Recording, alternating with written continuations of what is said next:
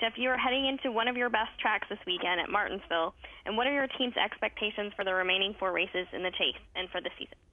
Well, we're certainly very excited about Martinsville this weekend. We had a great race going earlier in the season. Of course, you know, anytime you have a late race, green-white checkered at Martinsville, you know it's going to get pretty crazy, and it did, and we got the bad end of it. But we had so many positive things to come out of that race, and Martinsville is one of my best and favorite tracks.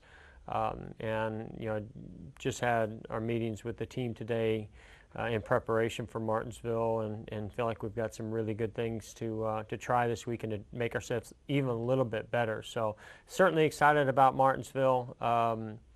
You know, looking forward to Texas, which is has lately been a good track for us, as well as Homestead. Very solid races and tracks for us.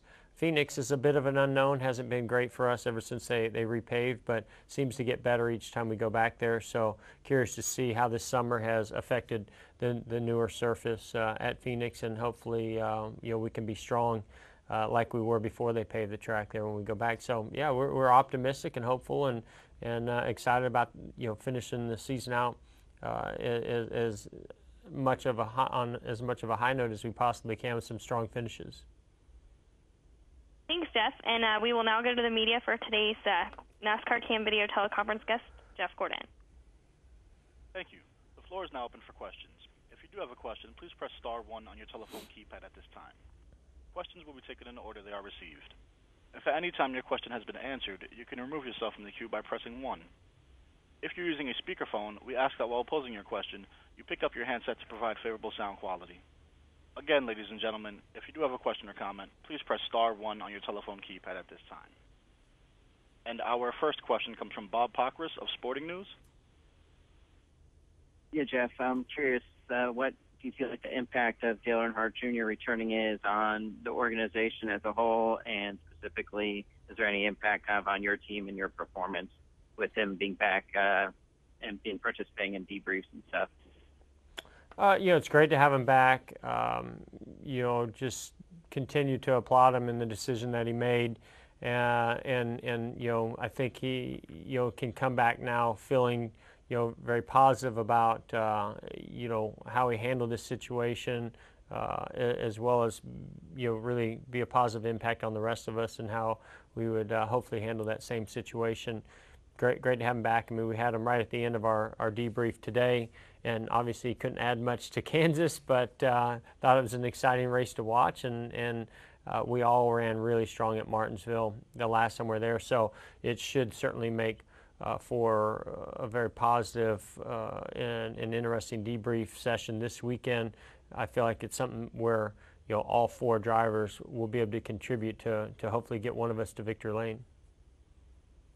And do you think, will drivers do like some of their own research or be maybe more aware about like concussions and impact of concussions after, you know, after what's happened the last couple of weeks? Well, you know, I'm very close with Jerry Petty, Dr. Petty, and you know, anytime I see him or I'm speaking to him, you know, it's something I'm always curious. I want to know as much as I possibly can to recognize any of the signs, as well as make sure that you know, that I'm protecting myself the best way that I possibly can out there in the car. So, you know, I think that, yeah, you know, this is definitely something we can all learn from. Thank you. Thanks, Bob. Thank you. Once again, ladies and gentlemen, if you do have a question or comment, please press *1 on your telephone keypad. Our next question comes from Jerry Fraley of the Dallas Morning News. Jeff, I'm just curious, is Jimmy Johnson getting better with age? Possibly. You know, I think that experience can benefit all of us. You know, even for me, 20 years into into this series, I feel like that, you know, in a lot of ways, I'm a lot better than I was in maybe my 5th year in the sport. So, you know, you tend to be a little more patient, make a little bit, you know, better decisions, and then, you know how to you do better at reacting to situations like he had on Sunday. You know, this is a situation where it could very easily cost them the championship, and it didn't. They rebounded very well and came back with a strong finish.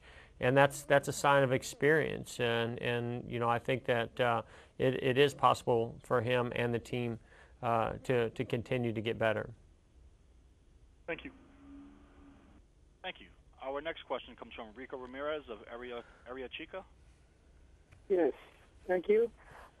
My question to Jeff is, you're looking for your 5th championship. What has to happen in the races remaining if you have to accomplish that?